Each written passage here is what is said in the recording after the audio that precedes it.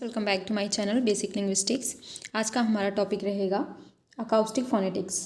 Acoustic phonetics के अंतर्गत आप देखेंगे simple and complex sound waves, periodic and aperiodic sound waves, harmonics and fundamental frequency, frequency, amplitude, duration और period, resonator and filter, spectrum and spectrogram, burst, noise, voice onset time. ये पूरा जो topic है ये अकॉर्डिंग टू यूजीसी नेट के syllabus में जो mentioned है वो सारे इसमें कवर करेंगे हम। सो फर्स्ट ऑफ ऑल हम जानेंगे कि अकाउस्टिक फोनेटिक्स होता क्या है। So the branch of phonetics that deals with physical characteristics of sound waves which carry speech sounds between mouth and air. ठीक है, तो स्पीच साउंड जो भी हम प्रोड्यूस करते हैं वो माउथ से लेकर ईयर तक जाने के बीच में क्या क्या चीज़ें उसमें फिजिकल कैरेक्टरिस्टिक्स आते हैं, क्या क्या जो साउंड वेव्स होते हैं उनके क्या फिजिकल कैरेक्टरिस्टिक्स होते हैं, वो सारे कैरेक्टरिस्टिक्स हम अकाउस्टिक फोनेटिक्स के अंतर्गत देखते हैं। तो सबसे पहले साउंड वेव्स की बात करते हैं, क्योंकि कोई भी चीज़, कोई भी मैसेज एक जगह से दूसरे जगह में ट्रांसफ़र कर रहे हैं तो उस ट्रांसमिशन में साउंड वेव्स जो होता है वो इंपॉर्टेंट होता है। साउंड वेव्स की बात कर लेंगे, क्या होते हैं ये। Sound is potentially Audible disturbance of medium produced by a vibrating source. ठीक है, तो जो वाइब्रेटिंग सोर्स होता है हमारा वोकल कॉर्ड हो गया, और जितने भी हमने मैकेनिज़्म में पढ़ा हुआ है, जो भी ऑर्गन्स ऑफ स्पीच होते हैं उनके थ्रू जो हम प्रोड्यूस करते हैं, और साथ ही जब एक जगह से दूसरी जगह साउंड ट्रांसमिट होता है तो उसमें ऑडिबल जो डिस्टर्बेंसेस होते हैं, या कहना चाहिए जो मीडियम होता है वो आपका एक साउंड जिसको हम कह सकते हैं। ठीक है, so sound waves are fluctuations in pressure that travel through a medium. कोई भी साउंड वेव्स है एक मीडियम के थ्रू ही एक जगह से दूसरी जगह पहुंचता है। So this fluctuations cause air molecules to compress together. ठीक है, तो इसमें जो फ्लक्चुएशंस होते हैं वो क्या करते हैं, कहीं ना कहीं एयर मॉलिक्यूल्स को कंप्रेस करते हैं और स्प्रेड भी करते हैं। दो तरीके से हो सकता है, एक कंप्रेस करता है या तो स्प्रेड करता है। सो इसी में दो तरह की चीज़ें आपको देखने को मिलेंगी, longitudinal and transverse sound waves. So sound waves are of two types, longitudinal and transverse. Longitudinal sound waves क्या होते हैं, involve the displacement of the medium parallel, जो आपका मीडियम रहता है उसके parallelly to be propagation of the waves. Sound waves are longitudinal waves. तो जो साउंड वेव्स होते हैं, याद रखना, साउंड वेव लॉन्गिट्यूडनल वेव्स होते हैं, जो कि क्या होता है, डिस्प्लेसमेंट उनका होता है पैरेलल मीडियम में। ठीक है, ट्रांसवर्स क्या होता है, transverse waves involve the displacement of medium perpendicular जो प्रोपगेशन ऑफ वेव होता है वो होता है आपका ट्रांसवर्स में याद रखना, perpendicular of propagation of wave. Longitudinal होता है जो मीडियम जो पैरेलल होता है, parallel propagation of sound waves होता है लॉन्गिट्यूडनल, और साउंड वेव जो होते हैं वो लॉन्गिट्यूडनल वेव के अंतर्गत आते हैं। अब बात करते हैं पीरियडिक एंड अपीरियडिक की। नाम से समझ में आ रहा है, पीरियडिक मतलब एक सर्टेन टाइम पीरियड होगा, है ना, और अपीरियड मतलब जिसमें नहीं होगा। सो यहाँ पे देख लेंगे पीरियडिक साउंड वेव्स क्या होते हैं, हैव रेगुलर, क्या होते हैं, एक रेगुलर होते हैं, सेल्फ इन्फोर्सिंग रिपीटेशंस। एक सेल्फ इन्फोर्सिंग एक रिपीटेशन जो होता है वो रेगुलर होता है, रिपीट करना, मतलब एक बार हुआ फिर सेम टाइम के बाद दूसरा चीज़ होगा, फिर तीसरा, फिर चौथा, तो एक रेगुलर टाइम पीरियड रहेगा। Example, they have periods like time required for a complete cycle. एक साइकिल को पूरा करने में जितना टाइम लगा, दूसरे साइकिल को भी कंप्लीट करने में सेम टाइम लगेगा, तीसरे साइकिल को भी सेम टाइम लगेगा। तो एक रेगुलर टाइम पीरियड में जो कंप्लीट होता है उसको हम पीरियडिक साउंड वेव्स बोलते हैं। At regular intervals and are perceived as tone की तरह हम इसे परसीव कर सकते हैं। अपीरियोडिक वेव्स क्या होते हैं, अपीरियोडिक वेव्स होते हैं आर रैंडम, मतलब कभी भी उनका जो रेगुलर किसी तरह से मतलब इरेगुलरिटी रहती है। कोई एक साइकिल कंप्लीट करने में सेम टाइम नहीं लेगा, कोई थोड़ा कम लिया, कोई ज़्यादा टाइम लिया, लाइक दैट। तो एक इरेगुलर वे में होता है वो अपीरियोडिक वेव्स कहलाता है। और नॉन रिपीटेटिव, क्योंकि टाइमिंग भी चेंज है, आपकी टाइम पीरियड जो साइकिल कंप्लीट करने के लग रहे हैं वो भी अलग अलग हैं, तो नॉन रिपीटेटिव है ये। And such sound waves are perceived as noise. तो अगर आपको बहुत रेगुलर वे में और बहुत एक सर्टेन टाइम पीरियड में चीज़ें आपको साउंड वेव मिल रहे हैं तो वो एक टोन की तरह आपको दिखाई देगा, जबकि अपीरियोडिक में और जो इरेगुलरिटी को दर्शाएंगे तो उसमें एक नॉइज़ की तरह आपको आवाज़ आएगी। तो ये दोनों में अंतर है। ठीक है, अब आते हैं हम simple simple and complex waves की बात करते हैं। सो सिंपल नाम से समझ में आ रहा है, ठीक है। एक सिंपल को ही दो और टर्म है, इनको भी याद रखना। सिंपल को साइन भी बोलते हैं, साइन वेव्स, और सिनुसोइडल वेव्स भी बोलते हैं। सो सिंपल है तो दीज आर पीरियडिक वेव्स, जैसे कि हमने बात कर लिया पीरियडिक वेव्स क्या होते हैं। सो एक पीरियडिक वेव्स होते हैं विद वन फ्रीक्वेंसी कंपोनेंट, ठीक है। सो और एक ही फ्रीक्वेंसी कंपोनेंट होती है, इसलिए इसको सिंपल बोलते हैं। अब आता है complex waves, consist of waves that differ in the frequency, जिनके जो वेव्स होते हैं वो डिफर होते हैं, अलग अलग होते हैं। और साथ ही real world sound waves appear to be are in fact much more complex than sine waves. तो क्योंकि रियल वर्ल्ड में अगर आप बात करें तो वहाँ पे आपके बहुत सारी चीज़ें आपको सुनने को मिलती है, बहुत सारे वेव्स आपको कंबाइंड एक कॉम्प्लेक्स वेव में ही दिखेंगे, कोई सिंपल आपको कहीं पे मतलब देखने को नहीं मिलता।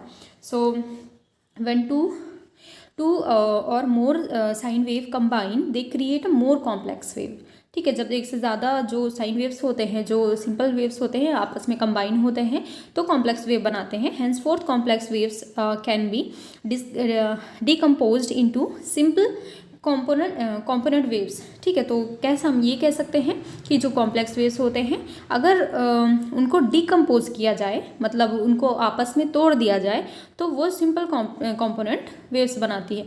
क्योंकि बहुत ईजिली ये चीज़ है ना, या तो आप ये एक छोटा सा एक सिंपल वेव ये है, एक सिंपल वेव ये है, दोनों का अगर प्लस करते हो तो आपको क्या मिलता है, एक कॉम्प्लेक्स वेव मिलता है। अब सेम चीज़ है, अगर इसी को हम दो पार्ट में डिवाइड कर देंगे तो आपको एक ये साइन वेव, एक ये साइन वेव मिल जाएगा। सो कुछ इस तरह से है। Addition of two or more different sine waves to create a complex wave is called synthesis. और यहाँ पे जहाँ पे ये दोनों चीज़ें मिलती हैं, दो साइन वेव्स मिलते हैं और मिला के एक कॉम्प्लेक्स वेव बनाते हैं, ये प्रोसेस को आप कह सकते हैं सिंथेसिस प्रोसेस, ठीक है, जहाँ पे सिंथेसाइज होता है। फिर आता है फ्रीक्वेंसी क्या होती है, पीरियड क्या होता है, एम्पलीट्यूड क्या होता है। फ्रीक्वेंसी आपका क्या होता है, frequency is defined as the number of cycle per second. एक सेकेंड में कितने आपके नंबर ऑफ साइकिल्स हुए, ठीक है, जो साइकिल्स है कितने हुए, वो नंबर जो होता है वो आपका फ्रीक्वेंसी कहलाता है। और इसको हर्ट्ज से मेजरमेंट, इसका मेजरमेंट जो है वह हर्ट्ज से करते हैं। पीरियड क्या होता है, तो पीरियड का नाम टाइम से रिलेटेड है ना। So period is a time required for a complete cycle. एक साइकिल को कंप्लीट होने में जो टाइम लगता है that is called period. Amplitude क्या होता है, amplitude is a degree at which the peak is displaced. For sound waves the unit of measurement is amplitude is decibel. Amplitude क्या होता है, एक कोई भी अगर आप बात करते हैं डिग्री की, तो एक पीक डिग्री होती है। तो पीक डिग्री जो होती है जहाँ पे पहुँचता है, मतलब लास्टली लाइक अगर ऐसा कुछ चल रहा है, ठीक है, तो ये उसका पीक डिग्री है। तो amplitude is degree at which the peak is displace, जहाँ पे ये डिग्री जो है पीक पे पहुँचती है दैट इज कॉल्ड एम्पलीट्यूड, ठीक है। और इसको डेसिबल से अपन मेज़र करते हैं। फिर आता है फंडामेंटल फ्रीक्वेंसी और हार्मोनिक्स क्या होता है। फंडामेंटल फ्रीक्वेंसी की जब हम बात करते हैं, नाम से समझ में आ रहा, fundamental frequency, right. So fundamental means the wave with the smallest frequency will define the main or basic repetition frequency of a complex wave. किसी भी कॉम्प्लेक्स वेव में जो एक बेसिक रिपीटेशन फ्रीक्वेंसी होती है या एक मेन रिपीटेशन फ्रीक्वेंसी होती है और सबसे स्मॉलेस्ट फ्रीक्वेंसी होती है, वो कहलाता है आपका fundamental frequency. And this frequency is called fundamental frequency of a wave.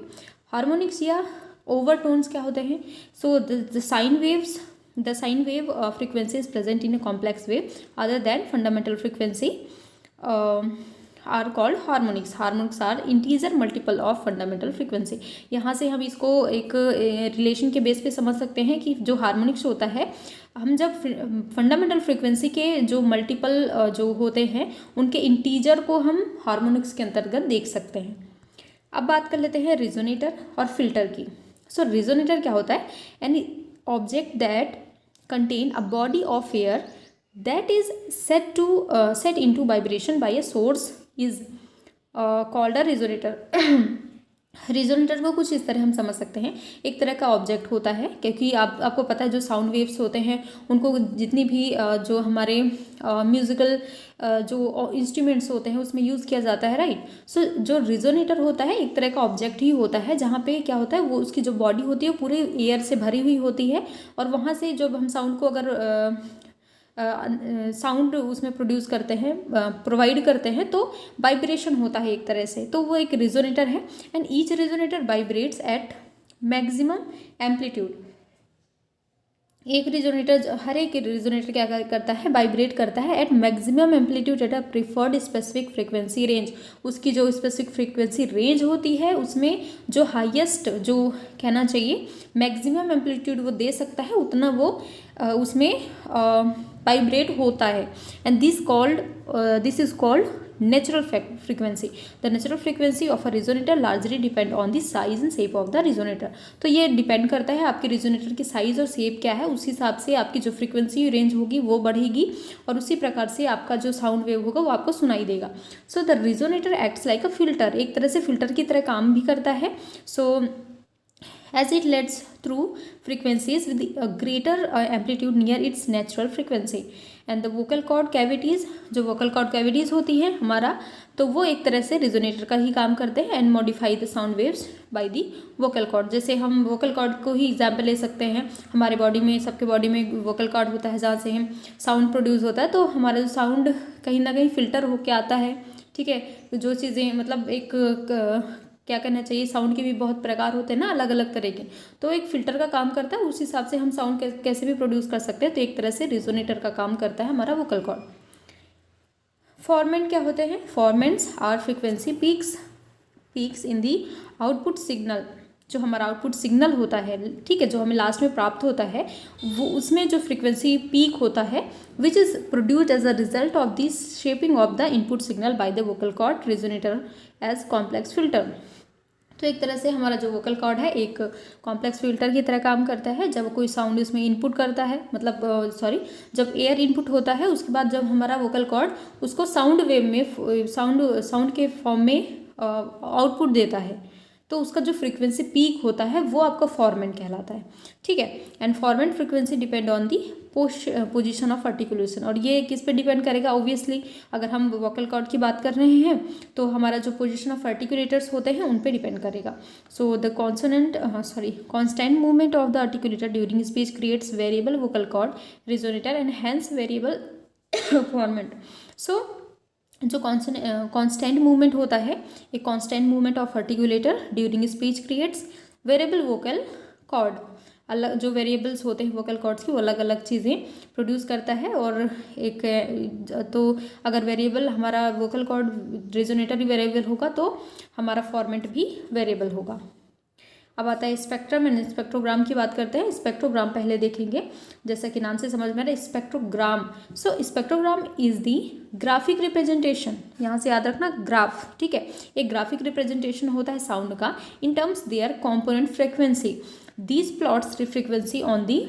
तो इसमें क्योंकि ये एक तरह से ग्राफिकल रिप्रेजेंटेशन है, तो इसमें जो फ्रीक्वेंसी होती है ऑन द एक्स एक्सिस में फ्रीक्वेंसी दी रहती है और टाइम जो होता है वो वाई एक्सिस में दी रहती है। तो एक तरह से साउंड का जो ग्राफिक रिप्रेजेंटेशन करता है वो स्पेक्ट्रोग्राम है। स्पेक्ट्रम क्या होते हैं? Each frequency components of a complex wave is represented as single frequency value on sound spectrum which plots amplitude on the. इसमें एम्पलीट्यूड जो होता है वो वाई एक्सिस पे रहता है और एक्स एक्सिस पे रहता है आपका फ्रीक्वेंसी। अब बात करते हैं बर्स्ट, नॉइज एंड वॉइस की। बर्स्ट क्या होता है? A burst is produced by stopping the air flow, letting the pressure build up and then releasing it, this heard as a popping sound. तो बर्स्ट मतलब एकदम अचानक से जो चीज़ें साउंड आपको सुनाई देती है, मतलब एक कहना चाहिए बहुत देर तक उसको साउंड को रोक के रखना और अचानक से उसको फ्लो में बाहर निकाल देना। So this is called burst, जो एक पॉपिंग साउंड की तरह आपको सुनाई देगी। नॉइज़ क्या है आपको पता ही है, it is produced by narrowing the vocal cord to create turbulence heard as a hissing sound. और एक थोड़ा हमारे कानों को भी अच्छा नहीं लगता, कहीं ना कहीं नॉइज़ जो होती है। और वॉइस जो होती है, वॉइस तो आपको पता ही है, जो normal upon voice is produced with the repeated stopping and releasing of the air steam at the vocal folds. तो उसके द्वारा हमारे साउंड में जो भी हम चीज़ें बोलते हैं वोकल कॉर्ड के थ्रू, वो वॉइस कहलाती है आपका। अब आता है वॉइस ऑनसेट टाइम, जिसको VOT भी बोलते हैं। सो it is feature of production of stop, ठीक है। तो स्टॉप कॉन्सोनेंट, जो हमारे स्टॉप्स होते हैं या प्लॉसिव साउंड्स होते हैं, वो कॉन्सोनेंट्स को प्रोड्यूस करने का ये एक फीचर होता है। So it is defined as the length of the time ये किस पे डिफाइन करता है? Length of the time that passes between the release of a stop consonant and the onset of voicing and vibration of vocal cord. तो हमें चीज़ें याद रखनी, वॉइस ऑनसेट टाइम में एक तो स्टॉप्स के लिए होता है, दूसरी चीज़ याद रखनी है कि जो वॉइसिंग होती है, ठीक है, वॉइसिंग मतलब एक वॉइसलेस हो सकता है या वॉइस्ड हो सकता है, और हमारे वोकल कॉर्ड की वाइब्रेशन पे डिपेंड करता है। So even though Azarian has mentioned about the concept long back, it becomes popular into the context described by Ling Wang. After that इसमें देख लेंगे डिपेंडिंग ऑन द VOT, हमारा जो voice onset time है उसके according जो हमारा phonation होता है, फोनेशन इज द 3 टाइप्स। पहला टाइप आ जाता है सिंपल अनएस्पिरेटेड वॉइसलेस स्टॉप, ठीक है, एक सिंपल अनएस्पिरेटेड जिसमें एस्पिरेशन नहीं होगा एंड वॉइसलेस स्टॉप्स होंगे। तो जब अगर ये साउंड प्रोड्यूस होता है तो जो हमारा VOT होता है, जो वॉइस ऑनसेट टाइम होता है, वो क्या होता है, 0 के आसपास रहता है, ठीक है। So the voicing of the following sonorant begins at or near when the stop is released. तो क्या होता है, the voicing of the following जो सोनोरेंट्स होते हैं वो बिगिन होते हैं कहाँ पे, जहाँ पे जो स्टॉप होता है वो रिलीज होता है। दूसरा आपका एस्पिरेटेड स्टॉप हो गया, अभी तो अनएस्पिरेटेड था। एस्पिरेटेड स्टॉप्स जो होते हैं the VOT is more than 0 and the greater of VOT the greater is aspiration. जैसा ही हम बढ़ाते जाएंगे VOT का जो वैल्यू है वो एस्पिरेशन को भी बढ़ाएगा। वॉइस्ड स्टॉप्स के लिए the VOT is less than 0, 0 से कम होता है, ठीक है, वॉइस्ड स्टॉप्स के लिए। And the vocal cord start vibrating before the stop is released, और इसमें जो स्टॉप रिलीज होने से पहले ही वोकल कॉर्ड हमारा वाइब्रेट होता है, तो वॉइस्ड स्टॉप निकलते हैं एंड ये VOT इसमें 0 से कम होता है।